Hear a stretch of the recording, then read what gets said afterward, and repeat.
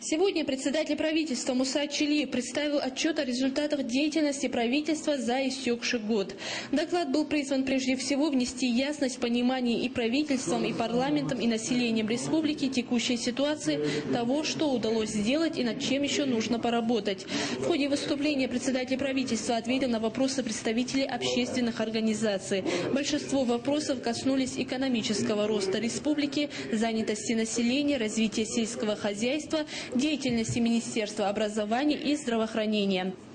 В выступлении Мусы Чилиева объективно были освещены не только положительные стороны, но и имеющиеся недостатки в работе правительства. Насколько сегодняшний отчет был реальным тем делам, которые делает правительство?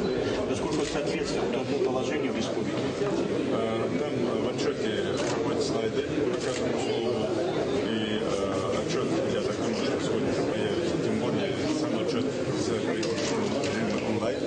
Это вы уже видели, слышали. Поэтому сегодня реально это появится в интернете, весь отчет, и жители спокойно увидят по каждому слову, скажем, строится объект, можно проехать и ваш опыт проверить, посмотреть, строится она или нет, или работает или нет.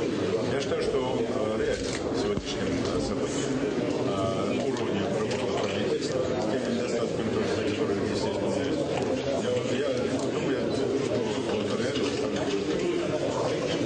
реально по показателям, которые прозвучали в отчете, которые вас наиболее порадовали? Знаете, меня, как ни странно, порадовала не собираемость налогов, да, не собираемость, а порадовало снижение безработицы.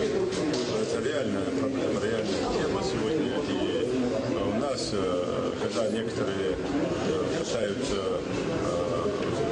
критиковать нас в том, что мы обещаем к концу года снизить безработицу 10%, мы обоснованно такие вещи говорим. Сегодня, рассчитывая тот процент снижения безработицы, в том числе создаваемых новых рабочих мест, в том числе строящихся объектов, как социальных, так и экономического, с учетом уделения больше внимания малому и среднему предпринимательству, с учетом той помощи, которую федеральный центр оказывает по снижению федерального рынка, мы сегодня наблюдаем реальность, в том числе немаловажным является тот факт, когда мы выявляем скрытую рабочую силу, которая есть в том числе, которая тоже имеет место. Мы видим сегодня, что мы в состоянии на 10-15% снизить свою безработицу. Поэтому вот это то, что мы снизили безработицу, динамика есть, это меня порадовало. Наряду с тем, что очень много положительных моментов в работе в общем правительстве, я отметил еще массу недостатков, а особо выделил работу подведомственных организаций, очень слабую работу. Ну, вообще, я считаю, что такая форма, как ГУПы, они, наверное, себя изжили не только в нашей республике, а в нашей республике еще более, чем где-то в других регионах. С чего мы начнем? Начнем, естественно, с финансового контроля, финансового.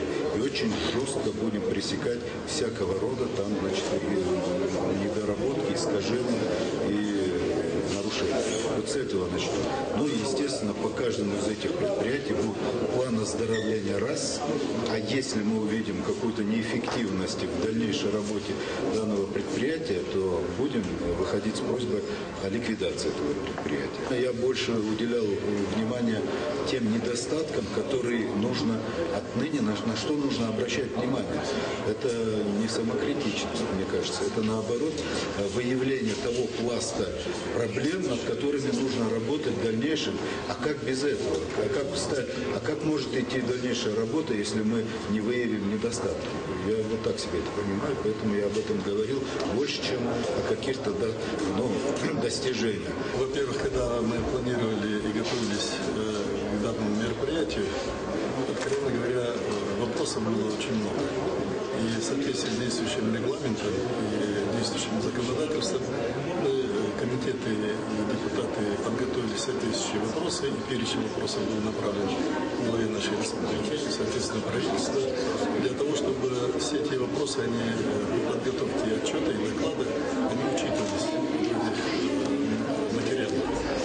Но и это первое, и второе, мы все-таки подумали, и здесь была инициатива и главы республики в том, что все-таки по депутатскому эту площадку надо расширять. Почему? Потому что та информация, которая идет, она должна идти не только в адрес парламентариев, но она должна идти до всех людей, до всех жителей нашей республики. И, конечно, большая часть, она все равно будет через общественные организации проходить. Поэтому такая форма она была принята, и я думаю, что она имеет право на существование. Хотя мы и вышли за рамки регламента, я думаю, что ничего страшного здесь не случилось. Я думаю, что это было только на пользу. Поэтому впредь будем продолжать вот такую вот работу. Хади Ивлоева, Рустам Черкиев, Рамзан Ахиков, Ибрагим Асканов, Вести Ингушетия.